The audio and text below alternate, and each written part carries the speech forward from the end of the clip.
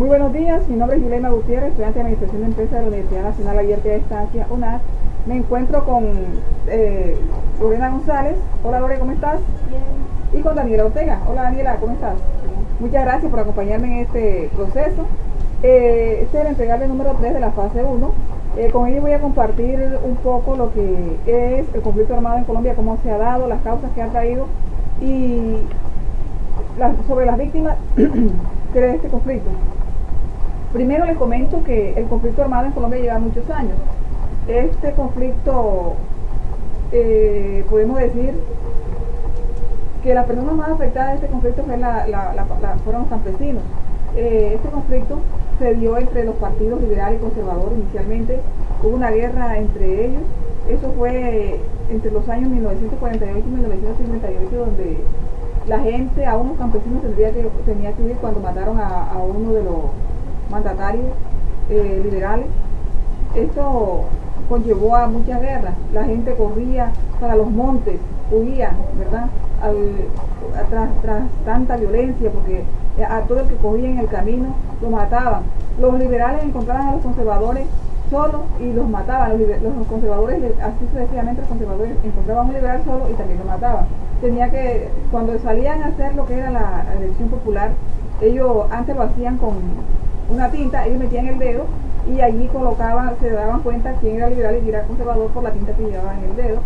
Ellos los esperaban en los caminos, ahí los agarraban y el que encontraban usted liberal o conservador y le quitaban la vida, ¿verdad?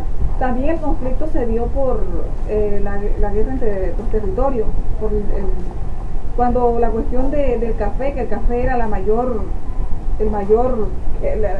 entrada de economía del país. La gente cogía tierras, esto con el propósito de sembrar y obtener para sembrar buen café y así exportar a diferentes lugares. Entonces, así fueron los terratenientes y se fueron haciendo los terratenientes y así comenzó la violencia. ¿Cómo? Por quitarle la tierra al campesino para apropiarse de ella. ¿Esto con qué fin? Con el fin de ellos tener más y más y más, ¿verdad? Entonces, podemos decir además de esto que surgieron lo que fue la guerrilla campesina, los socialistas, entonces la guerrilla campesina los campesinos se arman para defender, ¿verdad? Se dio también lo que se creó el paramilitarismo, de ahí surge el paramilitarismo y vinieron los enfrentamientos. Y de ahí en cuanto a esto, que ya había lo que era la guerra la violencia, empezaron a hacer los desplazamientos de las tierras. El campesino tendría que huir a las grandes ciudades buscando salvaguardar su vida, pero resulta que cuando llegaba a diferentes lugares a donde ellos pensaban desplazarse, estas personas se encontraban con una terrible realidad y ellos llegaban allí sin ningún conocimiento de nada y sin tener dinero para solventar sus necesidades allí en las grandes ciudades, y se dio el desplazamiento masivo de diferentes familias dentro del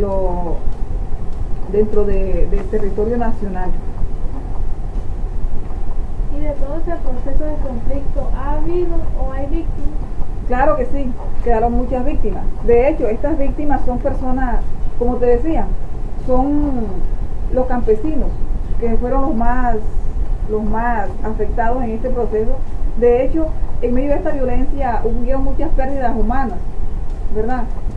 Muchas familias le mataron a sus familiares y tuvieron que salir huyendo por causa de esta situación. Perdieron la vida, los amenazaban, si no se van, ¿verdad? Entonces muchas familias preferían dejarse matar que huir, y algunos, los pocos que quedaban, tenían que salir huyendo y buscar refugio por otro lado y sin ninguna ayuda de ninguna parte, ni del gobierno, y todas estas cosas llevaron a más violencia, porque estas cosas lo que hicieron fue crear más conflicto. La gente salió huyendo a esconderse, buscando huir con miedo. Las víctimas que quedaron son muchas personas, muchos campesinos, personas que perdieron a sus familiares, sus padres, sus hijos, sus hermanos, y padres que perdieron a sus hijos.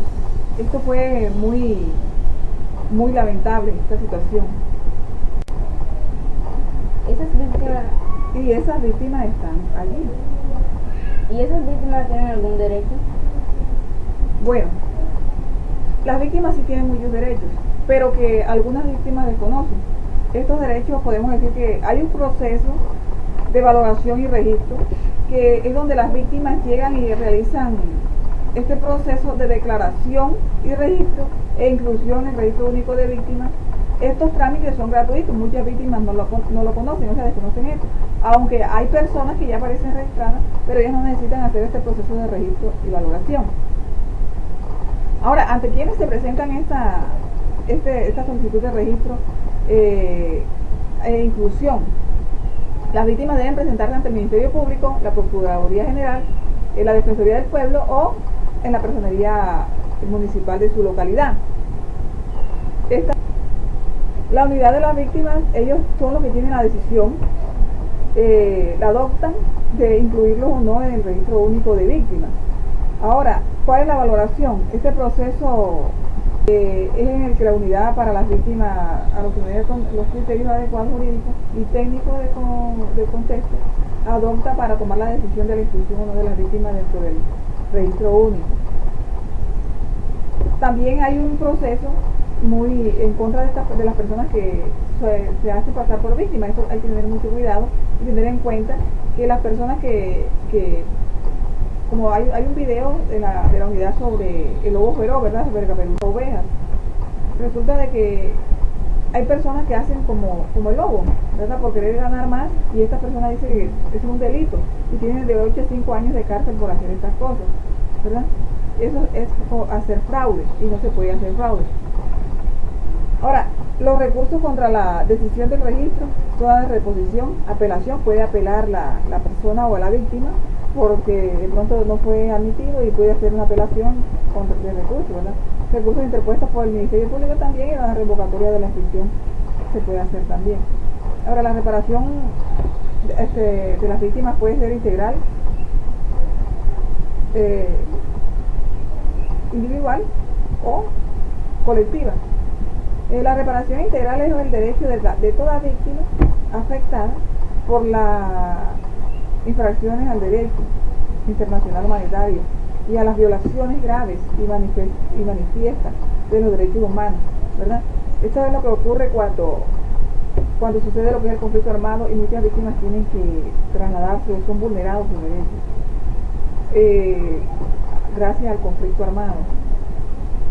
Ahora, ¿qué abarca la reparación integral de las víctimas? Ellos tienen derecho a una reparación integral. Dice que la ley prevé que la reparación integral incluye compensación económica, es decir, que ellos tienen derecho a una compensación económica por daños causados por la violencia. Ya, ellos tienen derecho a lo que es a una indemnización. Eso es lo que nos está hablando de la compensación económica que tienen las víctimas del conflicto en Colombia. Ahora, cuando hablamos de la reparación individual, nos estamos hablando sobre las medidas para remediar o reducir los daños individuales causados por la violencia o violaciones de los derechos a las víctimas, ¿verdad? El marco del conflicto interno armado. Estas víctimas tienen derecho también a ser atendidas psicológicamente, porque entre ellos ha quedado mucho hay muchas secuelas psicológicas, porque este proceso no ha sido fácil, no tanto, sino que perder un familiar de la manera que sucedió en Colombia durante estos años no fue fácil para muchas familias. Ahora, estas también tienen derecho a la reparación integral individual. Eso debe hacerse, lo hacen individualmente por cada persona, según el decreto, la ley 1448 de 2011.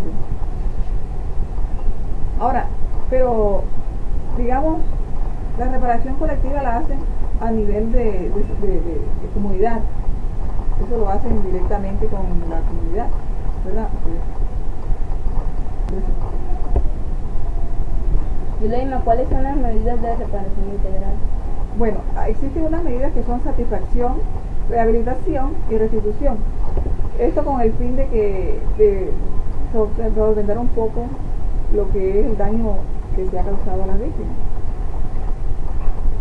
Esto... Espérate. Yuleima, ¿de qué manera se puede acceder a las medidas de reparación integral?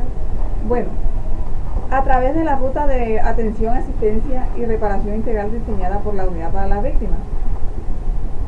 y las demás entidades que hagan parte del Sistema Nacional de Atención y Reparación Integral a las Víctimas. Este es un proceso que se lleva a cabo, o sea, la víctima solicita lo que es la reparación, la indemnización, y espera un tiempo prudente y así puede obtener lo que es la reparación, lo que es la indemnización, la reparación integral. ¿Y a dónde pueden acudir las víctimas en caso de requerir rehabilitación física y psicológica? Bueno, las víctimas pueden acceder gratuitamente acudiendo a la Secretaría de Salud y con el argumento de que en su condición de víctimas tienen derecho a esta medida ¿verdad?, de atención, de servicios especializados, al acceso a procedimientos especiales, medicamentos en general y a diferentes acciones que permitan la recuperación de su salud mental o física.